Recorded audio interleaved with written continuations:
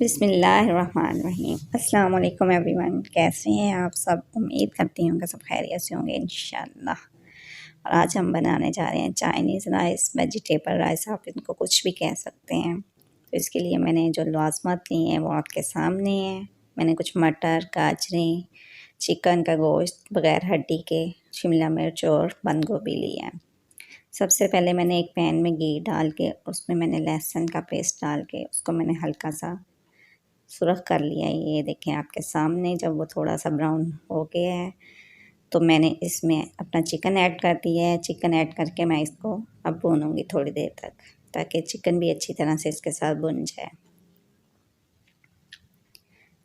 जी तो व्यूअर्स, आप देख रहे हैं मेरा चिकन भुन गया है। अब मैंने इसमें काली मिर्च का पाउडर डाला है 1 चम्मच, और 1 चम्मच ही मैं इसमें नमक ऐड करूँगी। उसके अलावा मैंने इसमें थोड़ा सा देसी टच दिया है, मैं इसमें दड़ा मिर्च भी शामिल करूँगी, क्योंकि जब तक स्पाइस ना हो हमसे तो खाया नहीं जाता। और अब मैंने इसमें बाकी की सब्ज़ियाँ ऐड करके मैं इनको अच्छी तरह से भून लूँगी। एक छोटे बाउल में मैंने 4 अंडे डाल के उसमें भी हल्का सा नमक और मिर्च डाल के ये मैंने इनको फ्राई कर लिया, और फ्राई करते हुए ही मैंने इनको हिला हिला के किया है ताकि इनके छोटे छोटे पीस हो जाएं, जैसे ये आपके सामने है।